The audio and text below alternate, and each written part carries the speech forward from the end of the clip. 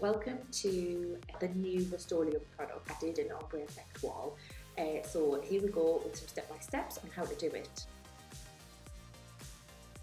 I went for the chalky wall paint in winter grey and the chalk wash paint in dark concrete. A couple of brushes as well for the effect of being able to do the ombre, roll them in tray, paint stirrer and some masking tape and a dust sheet to protect the area. First up, I masked up the walls. Not necessarily a step if you're confident in your cutting in. If that's not confident, I wanted to show that piece. I did do it by freehand at the ceiling just to show cutting in, so you've got either option. Started with the chalk wall paint first at the top of the ceiling. You open the can, make sure you give it a really good stir, and I always find it best to work from a scuttle, which is one of those buckets that you can see there. I always start with the edges first. I did the cutting in, but I only did about a third of the way down the wall, just because I always go for that ombre effect, and then you fill in the centre with the roller. I was super impressed with the coverage of this paint.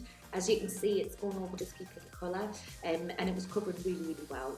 Next up, it's time to open up the chalk wash paint. Again, exactly the same as your first. Open it up, give it a good stir before decanting it out into your paint skull. Start with the edges, so I used a brush for this, before rolling in the centre. Application of the first coat can be done with a roller. It's the second coat where you need to try and get the special effect of the chalk wash with. Don't be too worried, it is a very different paint to work with. It dries and changes quite quickly, so it can leave quite a strange looking effect on the walls, but it builds super well on the second coat. We're going to start mixing some of the chalk wash into the chalk wall to start getting a slightly darker gradient to create that ombre effect.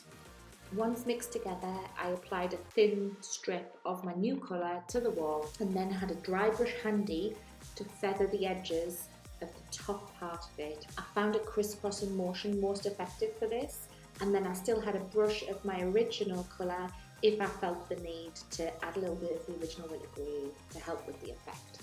But whilst that second coat of chalk wash was drying on the bottom half of the wall, I went back to the ombre effect. Applied a second coat just of that first piece of ombre, then repeated the process again a further 2 times, adding a little extra of the chalk wash to darken down the wall, adding it to the wall and feathering the edges at the top and the bottom just to make sure it's fully blended as I went down the wall.